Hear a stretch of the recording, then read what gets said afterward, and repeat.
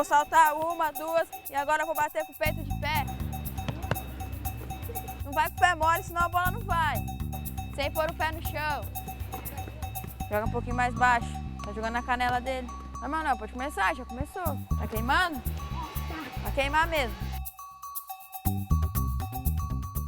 O futebol feminino vive um momento de glória com a maior torcida de todos os tempos. Marta, a grande artilheira de todas as Copas, entrou em campo na França com o símbolo da igualdade na chuteira. E a campanha pela valorização das atletas ganha força nas redes sociais. Por tudo isso, nós vamos reapresentar o Caminhos da Reportagem, que mostra a busca das mulheres pelo reconhecimento no futebol.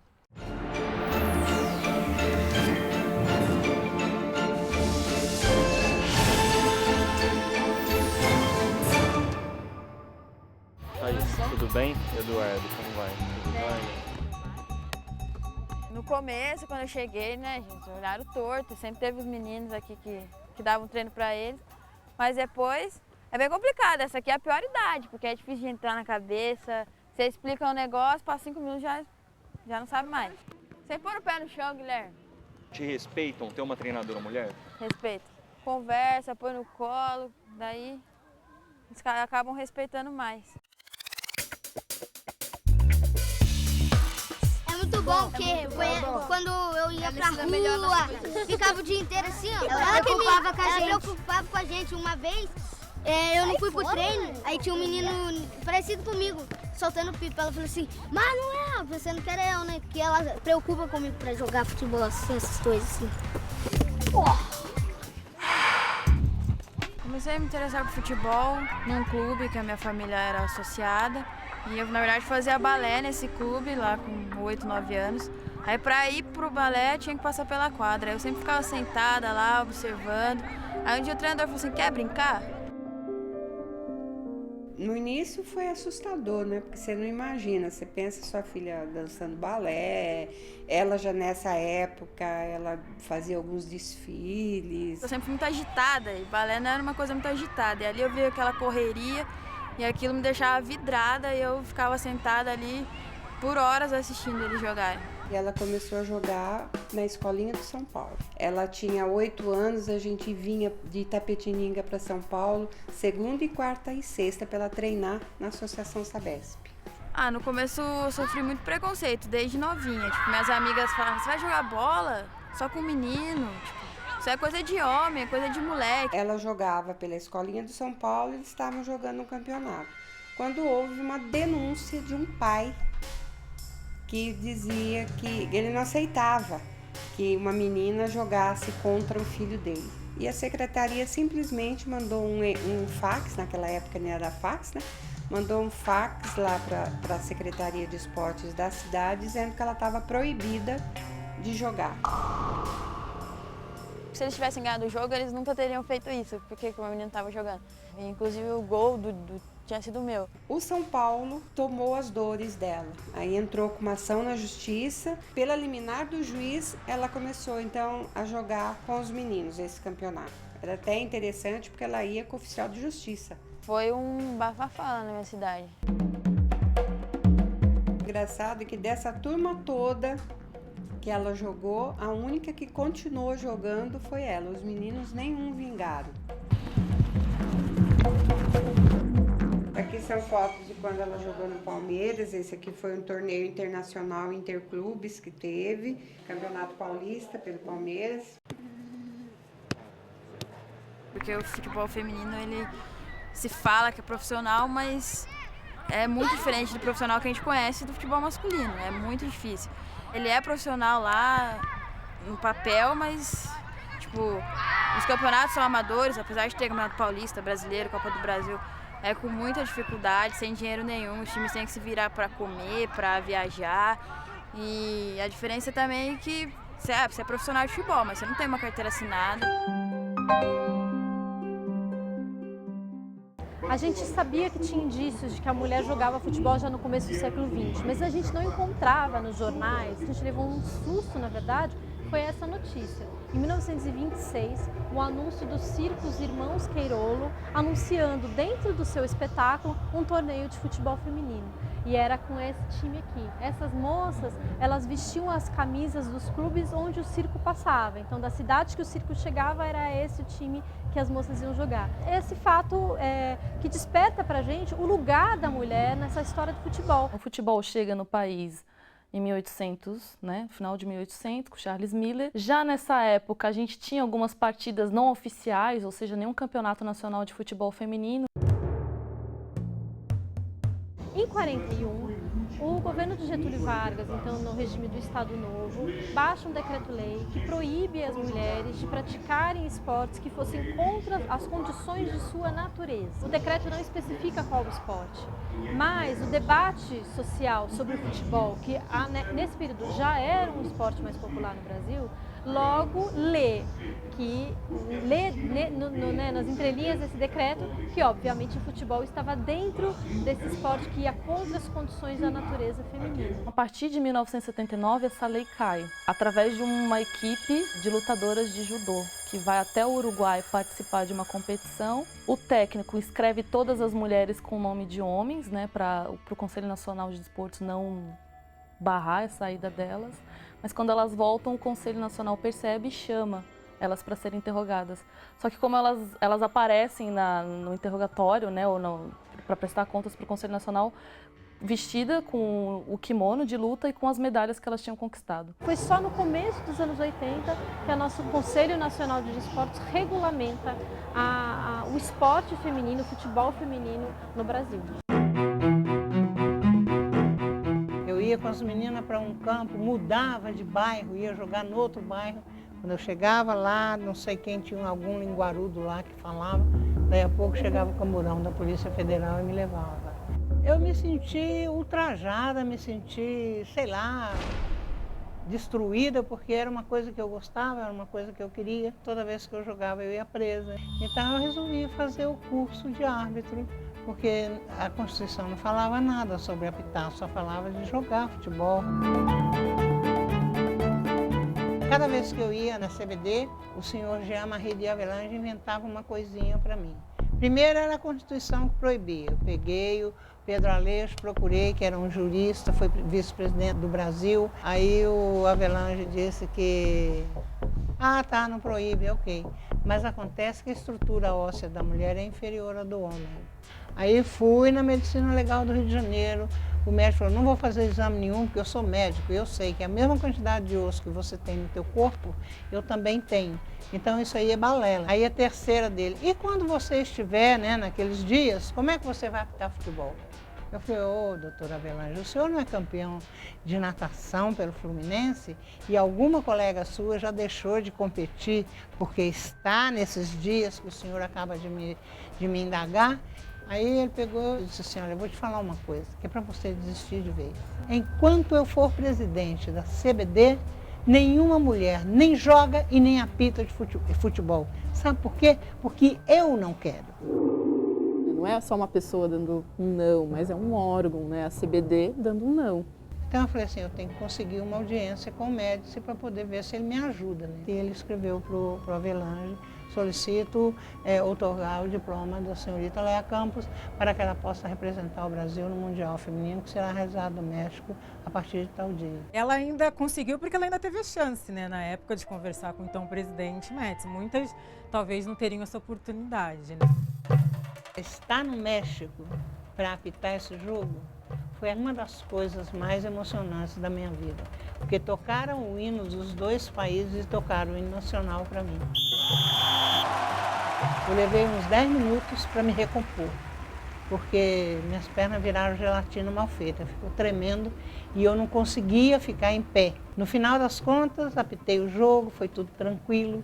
Fui homenageada pela imprensa, homenageada pelos diretores lá das duas equipes, os responsáveis pelas duas equipes. As meninas também me cumprimentaram das duas equipes. Depois, de volta para o Brasil, fui convidada para apitar em Portugal. Lá eu apitei 19 jogos.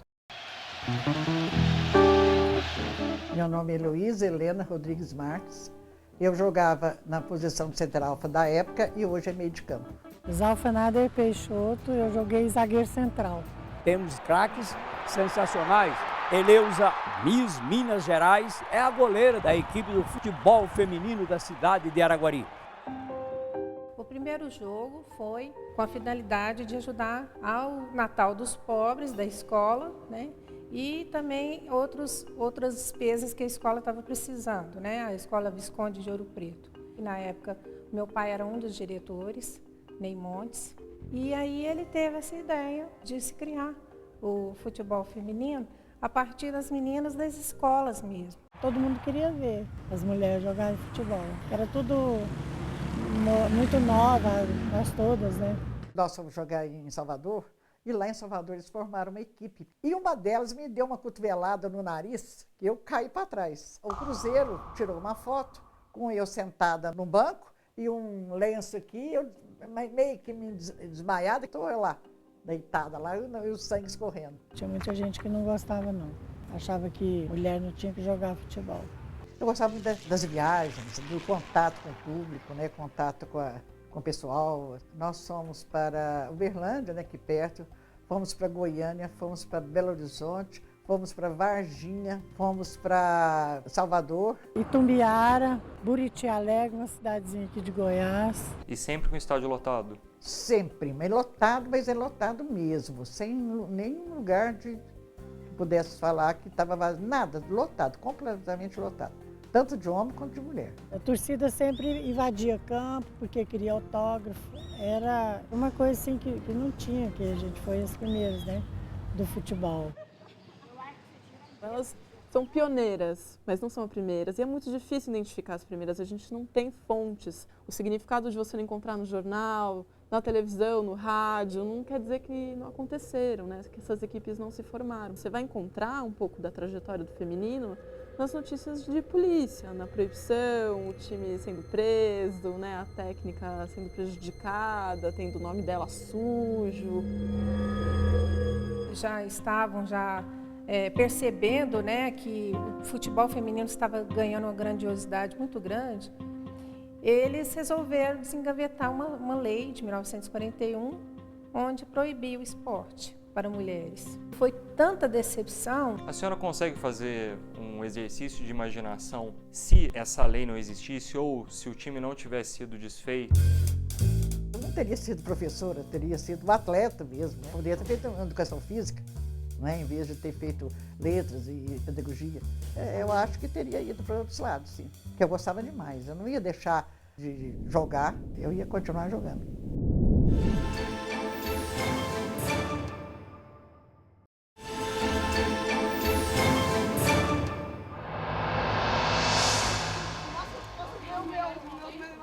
O que se observa é que o futebol feminino no Brasil sempre foi relegado a um segundo plano, inclusive pela CBF.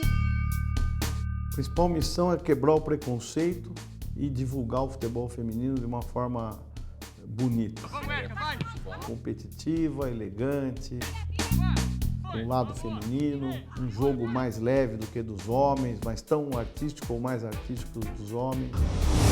E dizer que as escolas devem fazer a prática do futebol feminino com as crianças menores, junto com os meninos. Porque todo mundo fica falando, é CBF, é CBF, é CBF. Não é a CBF. A CBF precisa de ter atleta para trazer para a seleção. E na seleção nós aqui, ó. O problema está em toda, na sociedade, inclusive. Nós temos que ter plano de governo, né, para colocar nas escolas, para colocar nas prefeituras.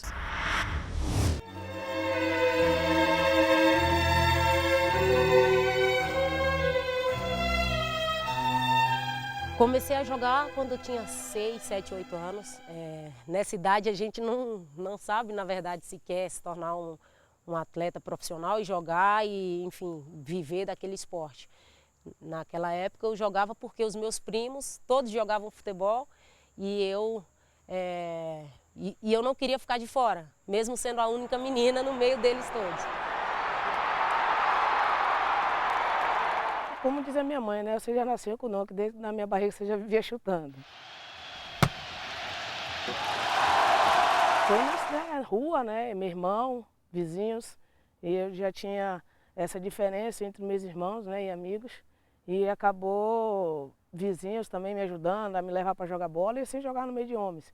Porque era tão escasso você ver menina jogar bola, se ver 4, 5 meninas, era muito difícil de você ver. Veio também a situação financeira da minha família, então eu imaginei que eu tinha que fazer alguma coisa e a melhor coisa que eu sabia fazer era jogar futebol, então por que não tentar uma carreira profissional e assim sucessivamente poder ter uma oportunidade de ter uma vida melhor, de dar uma vida melhor para minha família.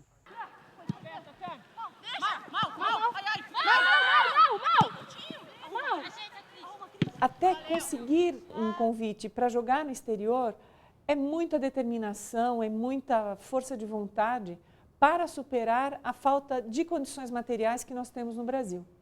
Né? Então, essas meninas são mal alojadas, elas se alimentam mal, não têm um salário decente e muitas acabam desistindo justamente por não vislumbrar futuro. Porque a divulgação é mínima, porque o reflexo, o impacto publicitário é mínimo.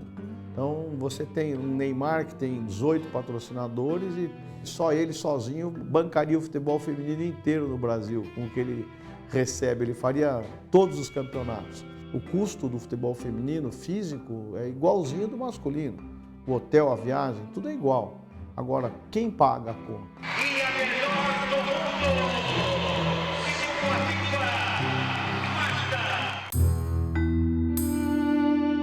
Por exemplo, nós temos um patrocinador que é muito forte e sabe fazer as coisas. Nós estamos conversando com eles para ter uma linha que não seja a mulher vestida de homem. Tem o corte diferente, mas algo mais, algo ainda mais atrativo, que não é ser sensual, sedutor, não, mas é mais...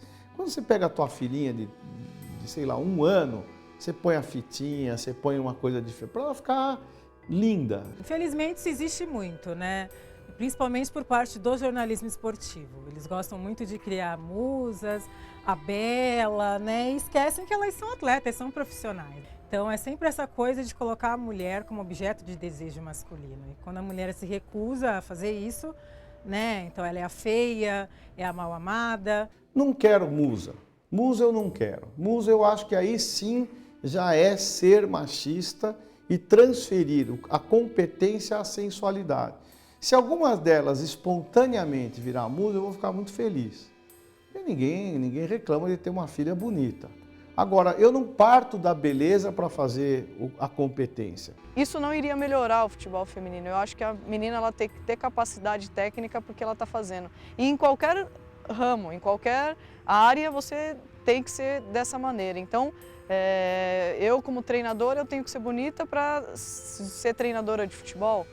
Então eu sou bonita, mas eu não sei fazer o que eu tenho que saber fazer, que é ser treinadora de futebol e saber de futebol. Então isso é bastante complicado, você jogar isso é bastante complicado. Eu sou a favor, sim, da roupa. Colocar um shorts mais feminino, uma camisetinha mais feminina, eu acho que isso eu sou a favor, sim. Na minha época eu jogava com shorts no joelho, eu achava horroroso. Acho que a questão do salário é uma das principais, porque você até pode sair da sua casa, sabe, para um alojamento, para você jogar bola, mas como é que você vai se manter? Tem muita gente que tem os pais mandam dinheiro, mas muitas pessoas têm que ter outro trabalho. Eu sempre sonhei em fazer faculdade, né? Meus pais tiveram uma vida difícil e não conseguiram. Então, o meu objetivo com o futebol sempre foi jogar futebol e estudar, fazer uma faculdade, educação física, fisioterapia, que são áreas que eu gosto. A primeira coisa que eles oferecem é bolsa de faculdade, mas se você é menor de idade e você ainda estuda, você vai pegar a bolsa como? Então, não tem. Senhor abençoe esse lanche. A Márcia também nos ajuda, nos abriga. Então, só que a gente está aqui à espera de melhoras, né? Elas jogam por amor à camisa mesmo. Eu sei fritar daqui é um... Essas meninas queriam vir jogar e eram de fora. Então, eu resolvi trazer para cá. Como era só eu e a Thaís, então a gente deu um jeitinho aqui, distribuiu as coisas e elas estão aqui comigo. Mas a gente quer que tenhamos totais condições de nos dedicarmos a esse esporte que a gente ama, que a gente gosta, que a gente vive, né, para ele, e dedicarmos 24 horas como um atleta profissional, não termos que jogar aqui, sair do treino e tal e trabalhar ou fazer outro tipo de trabalho para sobreviver, né? E muitas dessas meninas aqui no Brasil ainda fazem isso, a maioria. Chega a ser uma falta de respeito se você for comparar um masculino com um feminino. E é frustrante não só por mim, acho que é pelo futebol feminino em todo, assim. Quando eu era muito pequenininha, era difícil ver futebol feminino. E então eu me espelhava tipo no Rivaldo, né? Ronaldinho Gaúcho, Romário, Ronaldo. Não tinha uma referência no futebol feminino. Eu fui conhecer as meninas quando eu cheguei a ter essa oportunidade de vir para a seleção, de jogar num time profissional. A gente precisa de clubes que não deem a camisa para um campeonato e que acabe tudo depois do campeonato. Precisa de uma base, a gente precisa de categoria sub-15, sub-13, sub-17, em clubes. Não só que na seleção tem aquela categoria que eles saiam catando jogadoras de um lado e do outro e montem. As atletas precisam chegar para uma seleção principal mais preparadas. O Brasil é o país do futebol para os homens. Não é o país do futebol para as mulheres. Então, quando eu falo um país do futebol, eu sempre tenho que fazer a pergunta para quem, né? Porque para as mulheres não é, infelizmente.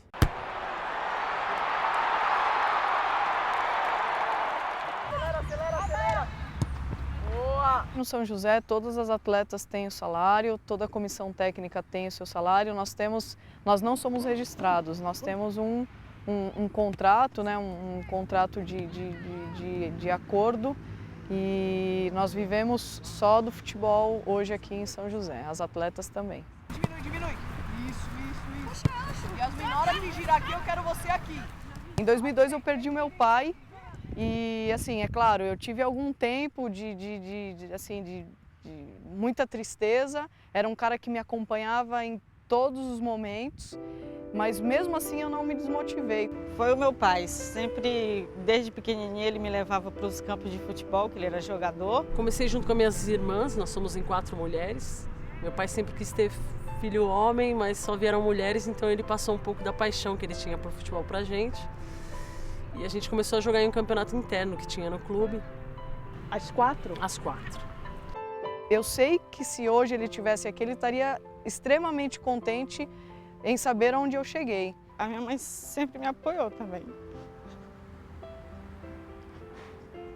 A minha família toda, na verdade.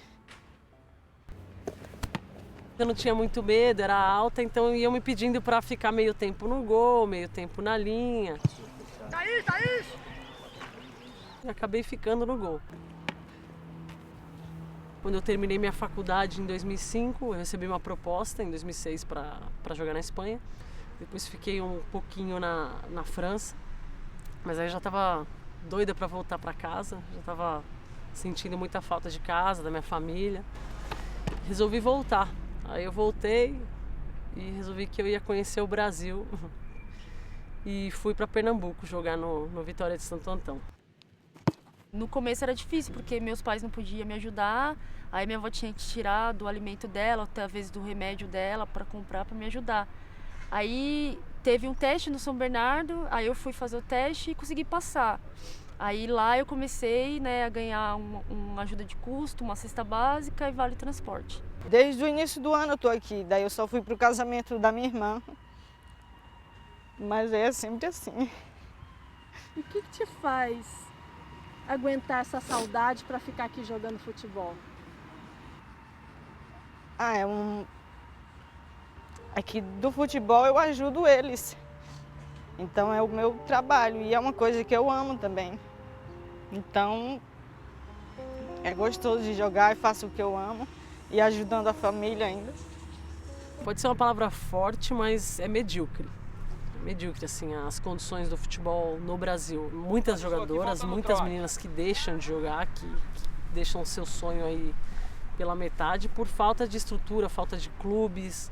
A gente tem alguns clubes bons aqui em São Paulo, mas se você for para o resto do país, se você viajar, é difícil encontrar clubes que te deem uma base legal para jogar. Vamos lá. Agora vamos conhecer aqui. Aqui é o nosso quarto. Os meninos aqui jogando. Ó a apaixonada do time aqui. Tá sempre nas músicas românticas, sempre de bem. Ali a Portilho, só nos joguinhos. Lá, a fanqueira lá do time. Meu filho tem que sair também. Os cachorros chegou! Aquela lá é a dançarina, ó. Carminha. Arrasa. Só escuto só, não dança não. Meninas, presta atenção, ó. Não, é sério, tá o recado. A gente vai assistir um filminho agora, dormir cedo. Amanhã o jogo é às 10 horas. 10 horas no mesmo local que a gente jogou hoje. Sim, senhora. Beleza? Sim, senhora. Professora.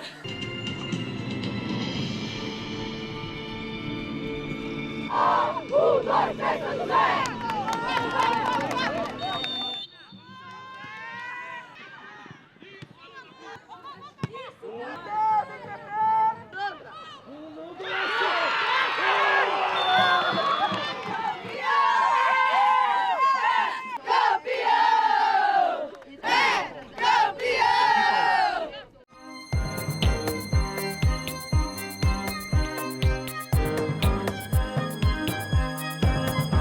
Na minha cidade já não tem mais.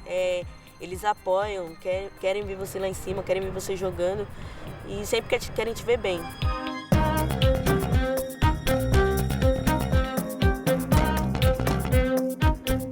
Por que até hoje as pessoas desconhecem tanto essa história? Esqueçam a seleção brasileira. A seleção brasileira tem as melhores condições de trabalho. É como nós vamos captar jogadores para a seleção brasileira. É aí que está o grande problema.